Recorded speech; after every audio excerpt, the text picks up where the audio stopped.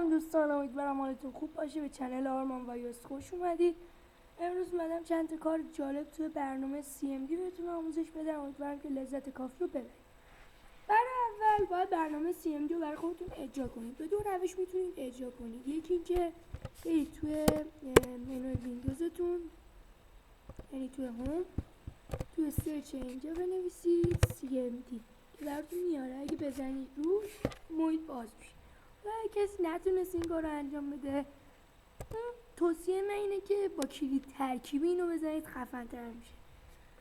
دکمه ویندوز با آر انگلیسی. ویندوز آر رو وقتی میزنید پایین میاد CMD. حالا برای بعضیاتون خالی میاد، کافیه تو همینجا خودتون بنویسید که همون CMD رو وارد کنید و اینتر رو بزنید، میاره براتون. حالا میخوایم یه کاری یاد بدیم که خیلی خفنه.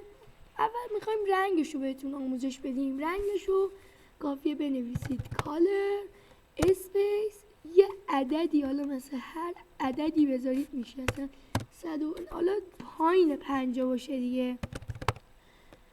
اگه پایین 50 باشه میشه مثلا 24، مثلا دیگه بهتون بگم 29.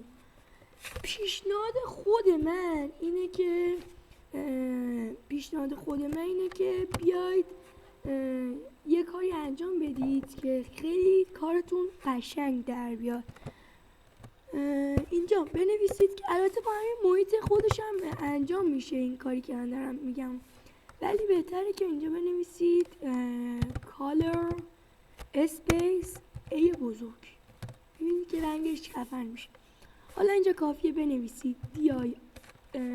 اینجا بنویسید dir/s. این دوتا کد رو حفظ کنید، color space r dir/s. اینتر رو وقتی بزنید همچین محیطی براتون باز میشه. محیطم ادامه داره فکر کنم تا 40-50 ثانیه. امیدوارم که از این ویدیو، حالا اگه بخوایم پازش هم کنیم، مارکو میزنید پاز میشه تا وقتی که میبینید که نمیذاره تایپ کنید. حالا اگه کلیک راست کنید دوباره آن میشه. امیدوارم از این ویدیو لذت کافی رو برده باشید. تا ویدیو بعد شما رو به خدا بزرگ میسپارم.